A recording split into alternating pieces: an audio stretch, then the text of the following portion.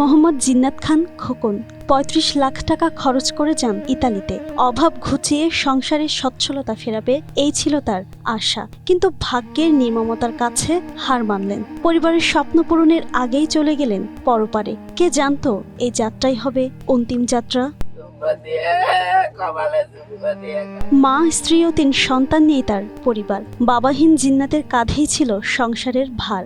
দেশে থাকতেই সংগ্রাম করে চালিয়েছেন সংসার। শুধু পরিবার নিয়ে ভালো থাকতে গেল বছর ৯ সেপ্টেম্বর দালালের মাধ্যমে ইউরোপে পাড়ি জমিয়েছিলেন। প্রথমে বুলগেরিয়া, পরে ইতালিতে পৌঁছান তিনি। আমার মেয়ে কপালে তাও নেই, আমার মেয়ে কপালে আমার মেয়ের দিনটা একদম এতিমে গেছে। আমার সন্তান তিনটে। বাগেরহাট সদর উপজেলার ফাতেপুর গ্রামের জিন্নাতের বাড়িতে এখন শোকের মাতম। বৃদ্ধ মা ছোট ৩ সন্তান নিয়ে চোখে ঘোর অন্ধকার দেখছেন স্ত্রী সুবি বেগম। জিন্নাতের বিদেশে যাওয়ার জন্য সহায় সম্বল বিক্রি করে ঋণ নিয়ে এখন তারা নিঃস্ব।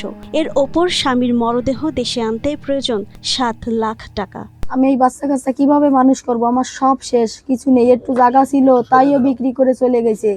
এই চাচার জায়গায় এই গড়টুক ঠেলে আইনি এই বাচ্চা কাচ্চা 3টে উঠে গেছে। যে আপাতত ইতালিতে গিয়েও কাজ পাননি জিন্নাত।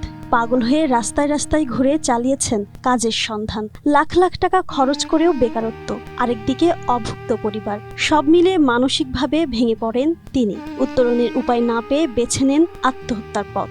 এমনটাই বলছেন পরিবার ও স্থানীয়রা। শুক্রবার ইতালিতে তার ঝুলন্ত মরদেহ পাওয়া যায়। খেতে পারে না, নিজের খাওয়া খেতে পারে না, কাজ পায় না। আর দেশে তার ভিটা মাটি বলতে কিছু নাই।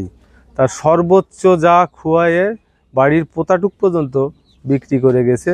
আমি অনুরোধ করব সরকারের কাছে যে আমার এই ভাইয়ের লাশটা যেন বাংলাদেশে আনার ব্যবস্থা করেন।